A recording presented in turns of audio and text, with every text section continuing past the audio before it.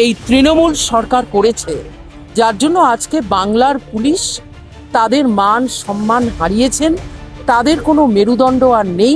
উনিও নীল সাদা পড়েছেন, আমিও নীল সাদা পড়েছি। মমতা ব্যানার্জির কোনো পেটেন্ট নয় নীল সাদা, আমরা এসব মানি না। ভবানীপুরে আজকে শুভেন্দু অধিকারীর হয়ে প্রচারে এসেছেন মহিলা বাহিনী। কেন বললাম? কারণ শিরূপা মিত্র এই মুহূর্তে আমার বাঁদিকে দাঁড়িয়ে রয়েছেন এবং কিছুক্ষণের মধ্যে অভয়ার মা রত্না দেবনাথ, যিনি পানিহাটির বিজেপি প্রার্থী রয়েছেন, তিনিও আজকের আসছেন শুভেন্দু অধিকারীর হয়ে প্রচারে ভবানীপুরে। যদিও শুভেন্দু অধিকারী আজকের অন্যান্য প্রচারের জন্য ব্যস্ত রয়েছেন জেলাতে। শিরূপাদি, বাংলা হান্টে স্বাগত জানাচ্ছি। প্রথম আমার সরাসরি যে প্রশ্নটা, মহিলাদেরকে নিয়ে আপনি দাঁড়িয়ে রয়েছেন, মহিলা বাহিনী কি এবারে নামবে শুভেন্দু অধিকারীর হয়ে প্রচারে মহিলা শক্তির বিরুদ্ধে? মহিলা বাহিনী নেমে গেছে, আর মহিলা মুখ্যমন্ত্রী তিনি হেরে গেছেন, এটুকুই বলতে পারি আজকে। বারবার দেখেছি শুভেন্দু অধিকারী যতবার ভবানীপুরে প্রচারে নেমেছেন তখন মহিলা তৃণমূলের কর্মীদেরকে এগিয়ে দেওয়া হয়েছে। ফলত বারবার আমরা দেখেছি তারা শুভেন্দু অধিকারীকে কটূক্তি করেছে বা পথ পরিবর্তন করতে হয়েছে বিজেপিকে। এই যে মহিলাকে সামনে রেখে তৃণমূলের লড়াই, মমতা বন্দ্যোপাধ্যায় যে লড়াই করছেন, সেটা কি ঠিক? আপনি তো একজন মহিলা। দেখুন, মহিলাদেরকে কমোডিটি হিসাবে ইউজ করা যাবে না। সেটা যে কোনো রাজনৈতিক দল যদি করে সেটা ভুলভ্রান্তি। মমতা ব্যানার্জি নিজে একজন মহিলা মুখ্যমন্ত্রী, মহিলা লিডার, এবং তিনি মহিলাদেরকে সামনে এগিয়ে দেয়া ইত্যাদি এই ধরনের কাজকর্ম যদি করে থাকেন, আমি তার তীব্র নিন্দা করছি। পুলিশকেও দেখেছি, মহিলা পুলিশকে বারবার, কলকাতা পুলিশকে শুভেন্দু অধিকারীর সামনে এগিয়ে দেওয়া হয়েছে। বিধানসভার বাইরে আবার আমরা দেখেছি, নবান্নের সামনে একবার দেখেছি শুভেন্দু অধিকারীর সামনে মহিলাদেরকে এগিয়ে দেওয়া। পশ্চিমবঙ্গের পুলিশ, তাদের মধ্যে যে জেন্ডার সেন্সিটিভিটি, যেটা দীর্ঘদিন ধরে পড়িয়ে এসছি আমি পুলিশকে, তাদের মধ্যে আর কোনো জেন্ডার সেন্সিটিভিটি বলে কিছু নেই। তারা মহিলা পুলিশ ফোর্সকে যেভাবে ইউজ করেন সেটাই হচ্ছে নিন্দনীয়।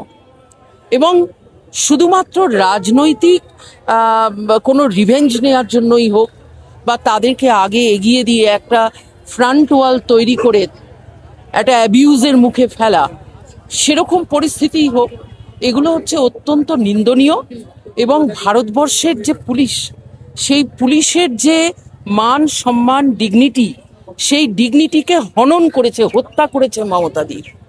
আজকে পশ্চিমবঙ্গের পুলিশের কোনো মেরুদণ্ড নেই। তাদের যে লিবার্টি, তাদের যে ফ্রিডম, এবং আজকে যে বিএনএস হয়েছে বা আগে আইপিসি সিআরপিসি ছিল, সেগুলো সম্পর্কে পুলিশকে তারা সেই গাইড বুক হিসাবে তাদের কাজ করা উচিত। কিন্তু পশ্চিমবঙ্গে এমনভাবে পুলিশের রাজনীতিকরণ এই তৃণমূল সরকার করেছে, যার জন্য আজকে বাংলার পুলিশ তাদের মান সম্মান হারিয়েছেন, তাদের কোনো মেরুদণ্ড আর নেই। এবং আমি আপনাকে অত্যন্ত কনফিডেন্সের সঙ্গে বলছি যে এই আমরা নির্বাচনগুলো লড়ি, কিন্তু পুলিশ শক্তি যেটা, তারা কিন্তু চাইছেন, মনে প্রাণে চাইছেন যে মমতার এই সরকার, এই স্বৈরাচারী সরকার, তারা যেভাবেই হোক না কেন আমাদের এই রাজ্য থেকে তারা যেন চলে যায়। আমরা শুনি কথায় কথায়, পেছন থেকে তারা আমাদেরকে এই কথাটা বলেন যে আপনারা সরে যান।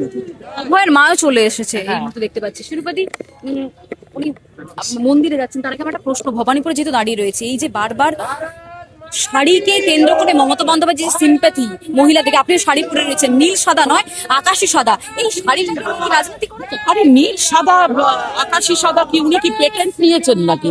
উনি কি নীল সাদার কোম্পানি চালান নাকি? নীল সাদা হচ্ছে আমাদের দেশের রং, সৌম্য রং। সেই রং আমি পড়তে পারি না? যে কোনো ব্যক্তি পড়তে পারেন। উনিও নীল সাদা পড়েছেন, আমিও নীল সাদা পড়েছি। মমতা ব্যানার্জির কোনো পেটেন্ট নয় নীল সাদা, আমরা এসব মানি না। আরো ভালো ভালো খবর দেখতে সাবস্ক্রাইব করুন বাংলা হান্টের ইউটিউব চ্যানেল। বাংলা হান্টের আরো খবর দেখতে নজর রাখুন। বাংলা খবর মানেই বাংলা হান্ট।